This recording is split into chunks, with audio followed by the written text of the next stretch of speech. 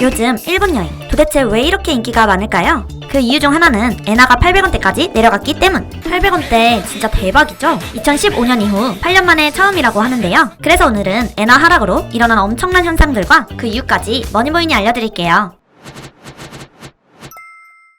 최근 엔화 환율이 뚝뚝 떨어지고 있죠? 아까 말했듯이 800원대는 2015년 이후 8년 만이에요. 그래서 사실 지금이 딱 일본 여행 갈 타이밍. 여기어 때는 엔저 현상이 계속될수록 일본 여행 예약률이 증가하고 있다고 말했는데요. 실제로 올해 6월 국내 항공사의 인천, 나리타 노선을 이용한 사람들은 약 9만 명 정도로 1월보다 35% 늘었습니다. 이때다 싶었던 하나투어는 7월 한 달 동안 역대급 엔저 일본 특가 기획전을 진행하고 있는데요. 오사카, 도쿄, 북해도 등등 타임세일을 연달아 오픈할 뿐만 아니라 한 달 내내 역대급 특가를 진행하고 있습니다. 특히 사람들이 많이 가는 지역은 오사카였는데 그 다음으로 후쿠오카, 도쿄 여행을 선호한다고 하네요. 게다가 일본으로 쇼핑만 하러 당일치기까지 한다는데요. 1시간이면 가는 후쿠오카나 대마도로 면세점만 털고 오는 거죠. 와, 이 정도면 라멘 먹으러 일본 다녀온다는 말이 사실일 수도 있겠네요. 엔화 환율이 하락하면서 찾아온 또 다른 변화도 있는데요. 바로 엔테크, 투자할 목적으로 엔화를 사들이는 사람들이 점점 많아지고 있어요. 다들 똑같은 마음일 것 같은데 엔화를 지금처럼 쌀 때 사서 비쌀 때 팔아 이익을 보려고 하는 거예요. 실제로 올해 5월 4대 시중은행이 원화를 엔화로 바꿔준 게 4월보다 32% 증가했대요. 엔테크 모랑이도 하고 싶은데 어떻게 하는 걸까요? 우선 가장 간단하게 할 수 있는 방법은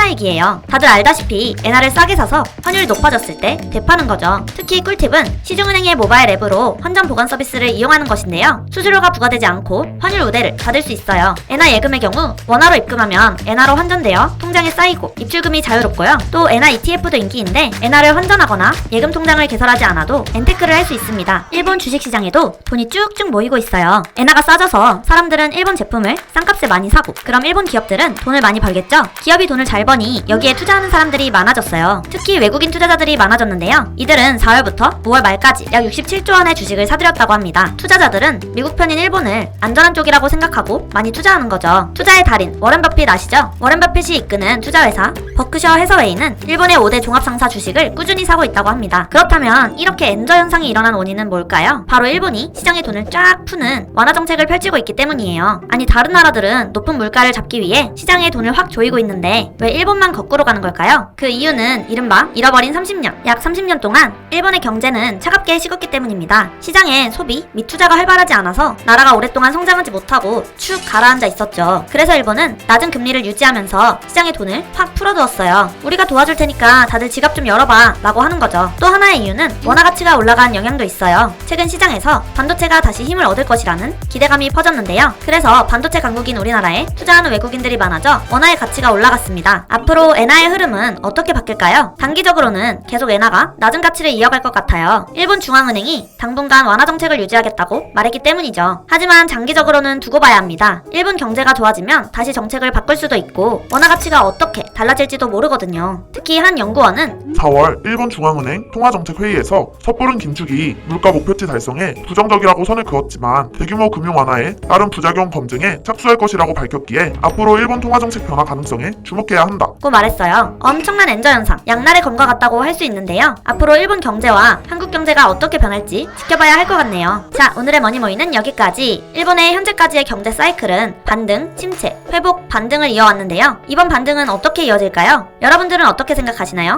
댓글로 여러분의 의견을 알려주세요.